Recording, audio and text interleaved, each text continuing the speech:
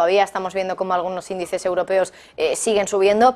Y mientras tanto, hoy seguimos indagando un poco en lo que creen las principales gestoras del mundo. Por ejemplo, la gestora de JP Morgan Asset Management. Hoy hemos estado con su directora de estrategia, con Lucía Gutiérrez Mellado. Ha estado precisamente nuestro compañero Javier Luengo y ha hablado con ella de la fortaleza de Estados Unidos, de cómo Europa sigue aguantando gracias a Estados Unidos, de China, de su economía, de si ha tocado o no fondo y también de la proyección que puede tener ahora mismo el petróleo. Así que vamos a recuperar esa entrevista que hacía hoy nuestro compañero Javier Luengo a Lucía Gutiérrez Mellado desde JP Morgan. ¿Qué tal, Marta? Buenas tardes. Crecimiento a nivel global que poco a poco va a mejor. Estados Unidos sigue siendo ese gran soporte de las economías occidentales, al menos con el foco puesto en Europa, y China, que ahora sí que parece que empieza a tomar algo de fuelle. Es el contexto o algunas de las claves que ha dejado la última carta trimestral de JP Morgan Asset Management, una que vamos a analizar, la última del año, en los próximos minutos, con Lucía Gutiérrez Mellado, directora de estrategia de la gestora para España y Portugal. ¿Qué tal? Muy buenas. ¿Qué tal? ¿Qué tal estás? Bueno, aquí vamos. Se han ido pronunciando en los últimos días Jamie Dimon, consejero delegado de la entidad bancaria, no de la gestora, sobre las crisis geopolíticas, cómo estamos en un contexto cada vez más incierto y con la escalada de violencia que hay en Oriente Medio, con el conflicto de Ucrania que de momento no se ha acabado. En los mercados, ¿cómo miran a este mundo en el que cada vez la situación está empezando a ser un poco más incierta? Bueno, es verdad que desde el punto de vista geopolítico es verdad que ahora mismo hay más incertidumbre que la que teníamos hace unas semanas. Dicho esto, yo creo que si nos centramos en los datos macro, nosotros sí que es verdad que tenemos una visión algo más constructiva que la que teníamos antes de verano.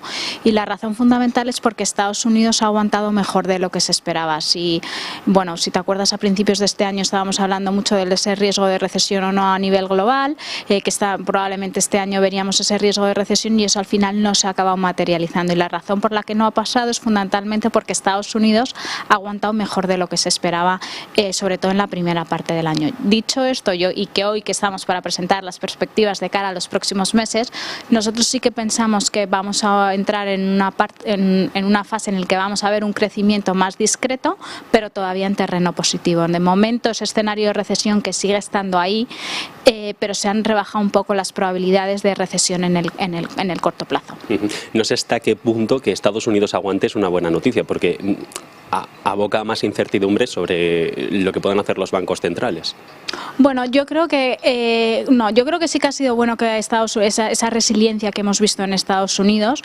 Esa resiliencia ha venido fundamentalmente por varias cosas, por un consumo, las familias han seguido tirando de sus ahorros y el consumo ha sido fuerte. También hemos visto una menor sensibilidad de la que se esperaba, unos tipos de interés más altos por parte del sector privado tanto familias como compañías, y luego es verdad que ha habido medidas de estímulo fiscal que han ayudado a reactivar la economía. Dicho esto, ese ritmo de crecimiento que hemos visto en la primera parte del año tampoco nos parece sostenible, por eso es verdad que a partir de ahora sí que vamos a ver una desaceleración en el crecimiento, porque vamos a ver que probablemente el consumo no sea tan fuerte y que esas medidas de estímulo fiscal van a dejar de tener impacto. Dicho esto, pues estaríamos estimando un crecimiento ligeramente por debajo de tendencia, pero de momento en terreno positivo, y ese riesgo de recesión que hace un año nos parecía muy probable, la realidad es que se ha conseguido aplazar en el tiempo.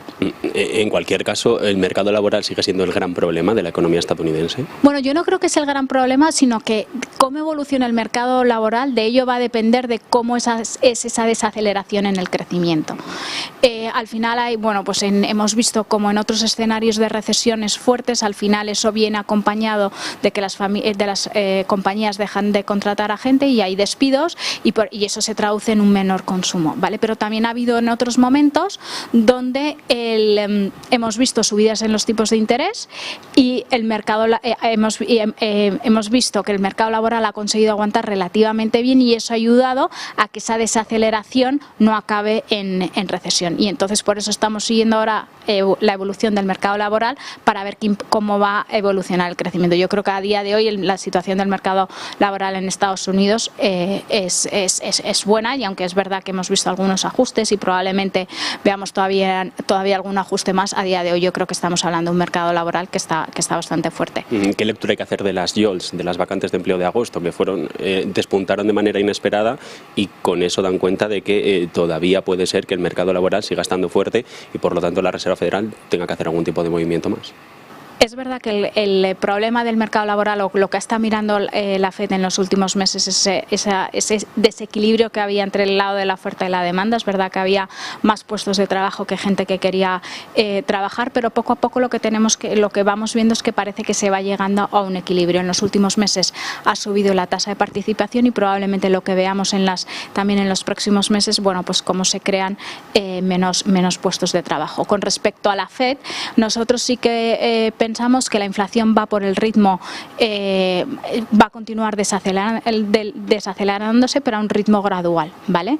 Entonces sí que vemos como que estamos claramente mucho mejor que un año, pero todavía estamos lejos del objetivo de la FED, por lo tanto vamos a continuar viendo una política monetaria restrictiva. En cuanto a subidas o no, lo que ahí vemos es que como mucho quedaría una subida. Es verdad que después de la última reunión de la FED dejaron las puertas abiertas a una posible última subida, pero luego en las últimas semanas los mensajes han sido un poco contradictorios, pareciendo que las subidas terminaban. Yo creo que aquí lo importante es que lo que sí que vamos a ver es unos tipos que permanecen en entornos elevados más tiempo de lo que se esperaba o que lo que el mercado os contaba hace unos meses. ¿Elevados en el 7%? Sabes que ahí nosotros no damos niveles, pero sí que nos tenemos que acostumbrar a que estamos en un entorno diferente, o completamente diferente al que hemos vivido en el ciclo anterior, donde los tipos estaban en mínimos y donde no había inflación. Bueno, pues en este ciclo lo que estamos viendo es inflación y vamos a ver también tipos más altos. Con respecto a la compasar oferta y demanda del mercado laboral, se está debiendo a que se acaban las medidas de estímulo fiscal, como decían, y luego también a que los ahorros de la pandemia ya no dan para más.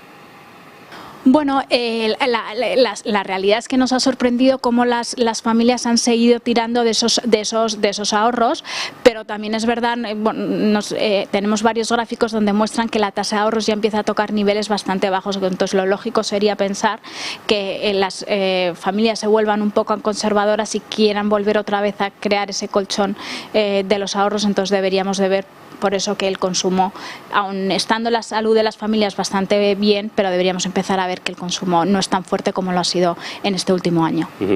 Tipos altos durante un tiempo, no nos dicen durante cuánto, durante un tiempo largo, eso sí, es por lo que apuestan la mayoría de los bancos centrales. Y ayer una encuesta de Bloomberg decía que el pivote en el BCE podría llegar en septiembre del 24. No sé si el horizonte está tan lejos, porque sí que se han ido descartando, por ejemplo, Luis de Guindos, el vicepresidente, que en primavera sí que no. Yo creo que yo creo que uno de los errores de este año ha sido descontar que nada más terminar las subidas iban a empezar las bajadas, y por eso hemos visto en gran parte la corrección que hemos visto en las últimas semanas del mercado de renta fija, cuando por fin han asimilado el mensaje de los bancos centrales, que todavía estamos algo lejos de ver de cuándo van a empezar a ser las bajadas. Yo creo que acertar el momento exacto es imposible. Yo creo que nos tenemos que acostumbrar a que de momento esta última parte del año y la primera parte del año que viene, si la situación económica continúa como hasta ahora, de momento yo creo que no vamos a ver bajas de tipos, pero el momento exacto no es difícil. Entonces, asimilar la realidad para el Treasury a 10 años, por ejemplo, en Estados Unidos es el 4,7 de rentabilidad. Yo creo es el nivel en el que se está moviendo ahora. Yo creo que vamos... Con respecto a las tires de renta fija, que es verdad que hemos visto pues ese repunte tan significativo, alcanzando niveles que no se veían en los últimos 16 años, si ya hemos tocado el máximo, todavía nos queda un poco más. Pues yo creo que nosotros, sabes que ahí no hacemos nunca market timing de intentar coger cuál es el último pico. Yo creo que para cualquier inversor en renta fija, con las tires en los niveles que están, claramente es una buena oportunidad, y que todavía a lo mejor nos quede algo de volatilidad y podamos ver algún repunte pequeño en las tires, pues no lo descartamos. Pero cualquier inversor que esté ahora mismo invertido en renta fija con los niveles actuales y tenga un horizonte temporal de medio o largo plazo, claramente se va a ver recompensado. En estos contextos, el market timing, precisamente, no sé si es más una condena que una esperanza para las gestoras o para los mercados. Bueno, yo creo que el market timing nunca es una esperanza. Nosotros somos muy contrarios al market timing, porque nos parece que es imposible acertar siempre el momento de entrada y de salida. Nosotros tenemos siempre un enfoque de medio-largo plazo, y eso al final es lo que acaba recompensando a los inversores. El inversor que consigue tener esa mentalidad de ahorro a largo plazo y no estar pendiente de cuándo hay que entrar y cuándo salir es el que al final se ha visto recompensado. Ahora vamos precisamente con la visión de mercado, con cómo conformar cartera, pero quería pararme antes, más allá de Estados Unidos, en la región europea. Dicen que aguantamos por Estados Unidos. Concretamente, ¿por qué variables? No sé por dónde aguanta la economía europea. Bueno, pues al final que Estados Unidos esté aguantando bien, podemos conseguir que que tiren de nosotros y que nosotros les exportemos a ellos. Es verdad que este año ha sido en general complicado para Europa, y esta última parte del año también se va a ver al final esa política monetaria más restrictiva. Aquí en Europa sí que se ha notado más que en Estados Unidos. Primero cayó la actividad manufacturera y después también hemos visto cómo la actividad de servicios cae.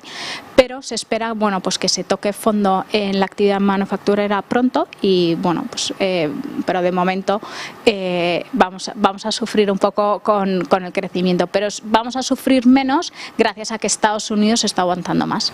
La disparidad y diferencias que hay en las economías europeas es uno de nuestros principales problemas. La industria está muy arraigada en la zona centro, zona norte, el sur depende más de los servicios, y eso no sé si en este contexto en el que estamos provoca una recuperación a doble velocidad. Bueno, yo creo que eso nos lleva pasando mucho tiempo, ¿no? O sea, no es nuevo de este año. Tú lo decías, el sur está mucho más ligado a la actividad de servicios, a Alemania a la actividad manufacturera. Por eso se dice que Alemania probablemente está en recesión, por esa debilidad de la actividad manufacturera, pero a eso nos tenemos que acostumbrar porque es la forma en la que estamos construidos y va a ser así toda la vida. O sea, que yo creo que eso es una forma de la forma en la que estamos construidos y va a seguir pasando. Pero dificulta mucho, y el trabajo para el BCE. Sin duda, somos 20 economías diferentes. Totalmente, es un papel mucho más complicado el del Banco Central Europeo, que al final tiene distintos modelos y distintos ritmos que lo que tiene Estados Unidos, eso sin duda. Bueno, el otro gran elefante en la habitación, China. ¿Ha tocado ya fondo? Bueno, yo creo que China ha sido un año complicado para la economía china. Nosotros empezamos el año mucho más optimistas y mucho más constructivos, pensando que con la reapertura pues íbamos a ver un rebote del crecimiento como el que habíamos visto en Europa o en Estados Unidos cuando se quitaron las restricciones. La realidad es que eso no pasó y eso ya se empezó a notar en el crecimiento en la primera parte del año, pero encima luego se han agravado los problemas que ellos que llevan mucho tiempo arrastrando en el mercado inmobiliario. Es verdad que en las últimas semanas y meses pues estamos viendo cómo se están intentando implementar medidas tanto para estabilizar el mercado inmobiliario, pero también políticas monetarias para reactivar la economía. Entonces, todavía es pronto para ver todo el impacto de esas medidas, porque siempre se tarda unos meses y va con un poco retraso, pero parece que los datos empiezan a estabilizarse y parece que ha tocado fondo. Entonces, sí que pensamos que en la última parte del año deberíamos de ver algo de recuperación en la economía china. ¿Qué idiosincrasia tienen o observan en los consumidores chinos para que no hayan vuelto a consumir igual que nosotros, por ejemplo, tras la pandemia? Pues la realidad es que nos ha sorprendido lo conservadores que han sido, porque aquí y en Estados Unidos, en el momento que nos dieron la opción, empezamos a hacer todo lo que nos dejaron hacer y lo comentábamos hace un segundo. Los americanos y los europeos hemos tirado de los ahorros que teníamos para poder hacer absolutamente de todo y hemos seguido consumiendo. Ahí, bueno, por miedo han sido mucho más cautos y la realidad es que ese rebote gracias al consumo no se ha producido. Que a lo mejor en unos meses se acaben materializando, pues puede ser, pero a día de hoy todavía no. El inmobiliario, el caso es que sigue dando problemas, y no es una compañía, es otra. Country Garden, por ejemplo, ahora está al borde del default tras vencer ese periodo de gracia por el incumplimiento del pago de bonos. No sé hasta qué punto este gran sector de la economía china no va a arrastrar al resto. Bueno, es verdad que es un sector que representa bastante del crecimiento económico en China. También es verdad que es un problema que llevan arrastrando años, no es un problema nuevo de este año, y lo que están intentando, siendo conscientes de la relevancia que tiene para su economía, bueno, pues están intentando implementar estas medidas para conseguir estabilizar el crecimiento. Yo creo que uno de los talones de Aquiles de la economía china es conseguir estabilizar ese sector inmobiliario. Y la burbuja de la deuda de los gobiernos locales. Sin duda también. Bueno, no sé, el Banco Mundial decía hace nada en el último informe que China podría arrastrar al resto de la región asiática, las naciones del sudeste, las que más están en crecimiento. No sé hasta qué punto tienen un posicionamiento similar o creen que China es un caso aislado de todo el desarrollo económico. Corea del Sur, Japón, Vietnam, por ejemplo, India. Es verdad que China tiene sus propias características. Nosotros ahora sí que en carteras estamos neutrales en China y estamos un poco más infraponderados en el resto de mercados emergentes, pero más bien porque estamos en un entorno de menor crecimiento y muchas de estas economías es verdad que son muy exportadoras. Entonces, en ese entorno de menor crecimiento, a nivel global, todas estas economías emergentes, pues pensamos que va a ser un entorno más complicado para ellas. Y todo esto de lo que hemos estado hablando, ¿puede estar condicionado por el crudo en lo que viene? El precio del petróleo, bueno, sí, nosotros... que puede condicionar la recuperación, que uno aguante mejor. Claro, uno de los factores que estamos analizando pues es que desde verano hemos visto ese repunte del precio del petróleo y que ahora también hay que ver qué pasa con lo que ha pasado hace unos días en Israel, porque ahí también podemos ver algo de repunte en el precio del petróleo, pero eso al final acaba impactando no solo la inflación, sino cuando hay un petróleo más alto, la gente al final deja de consumir, entonces pues también lo estamos analizando de cerca. Sin horquillas. Sin horquillas, ya sabes que no damos rangos. Posicionamiento de cartera, renta fija, ¿sigue siendo una opción con duración? Yo creo que sí, y entendiendo que muchos clientes este año han sufrido por tener otra vez duración en carteras, porque es verdad que tras la corrección del año pasado y nosotros mismos en nuestras carteras empezamos a incorporar duración tras las correcciones tan fuertes que hemos tenido, pero ha sido otro año que ha sido complicado para la renta fija. Igual que no hacemos market timing en renta variable, tampoco es imposible acertar el momento exacto en el que van a dejar de subir las tires. Yo lo que creo, nosotros como lo vemos, es que con los niveles actuales de tires, el que tenga un horizonte temporal de medio largo plazo se va a ver recompensado. El que está esperando qué va a pasar dentro de 2 semanas, ese probablemente sufra porque es imposible saber si todavía vamos a ver algo de repunte, pero estamos viendo niveles de tires que no se veían hace 16 años en Estados Unidos o en Europa no veíamos desde el 2011, por lo tanto claramente hay una oportunidad y hay que tener duración en carteras. 2023 iba a ser el año de la renta fija tras una década de tipos bajos, finalmente por lo que sea no lo ha sido. 2024. Bueno, pues en gran parte va a depender de cuándo los bancos centrales dejen de subir tipos, ¿vale? Nosotros pensamos que esa subida, que el final de las subidas cada vez está más cerca. En Europa probablemente no veamos más subidas si vemos que esos datos de inflación continúan en la tendencia que hemos visto hasta ahora, y en Estados Unidos, como te decía hace un rato, como mucho queda una o ninguna. Entonces, en el momento en el que los tipos dejen de subir, eso claramente va a ser un entorno mucho más favorable para la renta fija. Al final este año no ha sido bueno para la renta fija porque al final también hemos visto muchas más subidas de las que se anticipaba a principios de años, por distintos motivos, porque el crecimiento ha sido más fuerte, porque ha habido más inflación de la que se esperaba, pero la realidad es que ha habido más subidas de las que esperábamos. Pues yo creo que ahora sí que es verdad que ese final cada vez está más cerca y en el momento en el que se paren las subidas va a empezar a ser un entorno más favorable para la renta fija. Investment grade, high yield, las dos. Nos gusta crédito y en este escenario en el que vemos en el que el riesgo de recesión se ha reducido esa probabilidad, bueno, pues sí que volvemos a ver que hay oportunidades en crédito. Dicho esto, es verdad que las carteras están un poco más sesgadas a alta calidad crediticia frente a baja calidad crediticia. En renta variable empezaron el año con infraponderación, ahora están en neutral. ¿Qué les hace pensar que todavía no hay que sobreponderar en cartera? Bueno, pues somos conscientes de que estamos en un entorno de crecimiento positivo pero muy discreto, que la política monetaria sigue siendo muy restrictiva y que desde el punto de vista de valoración, aunque está más razonable que hace unos meses, tampoco hay una oportunidad muy clara desde el punto de vista de valoración, y por eso ahora mismo preferimos tener un posicionamiento neutral y lo que estamos haciendo es apuestas de valor relativo. ¿Mejor Estados Unidos que Europa? A día de hoy, el último cambio, si queréis, el último cambio que hemos hecho nosotros en carteras es que hemos subido el peso en Estados Unidos en renta variable americana y lo hemos reducido un poco en renta variable europea. La realidad es que no estamos haciendo muchas apuestas de estilo a día de hoy. Las carteras están bastante equilibradas, pero sí que hay más apuesta regional y hemos comprado Estados Unidos y hemos reducido un poco ese peso en Europa, reconociendo bueno, pues que la situación, el crecimiento es más discreto y estamos apostando ahora por Estados Unidos, donde vemos un mayor crecimiento, donde el potencial de crecimiento de beneficios también es mayor, y también es verdad que desde el punto de vista de valoración, que hay mucha gente que puede decir que las valoraciones americanas están más caras que la europea, pero es verdad que esas valoraciones más caras están muy concentradas en un número determinado de compañías. El resto de las valoraciones en Estados Unidos nos parece que hay oportunidades y las vamos a intentar capturar. Ni growth ni value, entonces no, selectivos. yo te diría que es efectivamente, y que dependiendo de cada región pues vemos oportunidades en un estilo o en otro. Resumen entonces de la carta trimestral, no sé si calma tensa y optimismo. Yo creo que sí, me parece bien. Es verdad que es una visión más constructiva que la que teníamos antes de verano desde el punto de vista de crecimiento económico, pero reconociendo que estamos en un entorno de crecimiento discreto y con política monetaria restrictiva. Entonces, las carteras ahora mismo nos parece que un buen posicionamiento es estar neutrales entre renta variable y renta fija.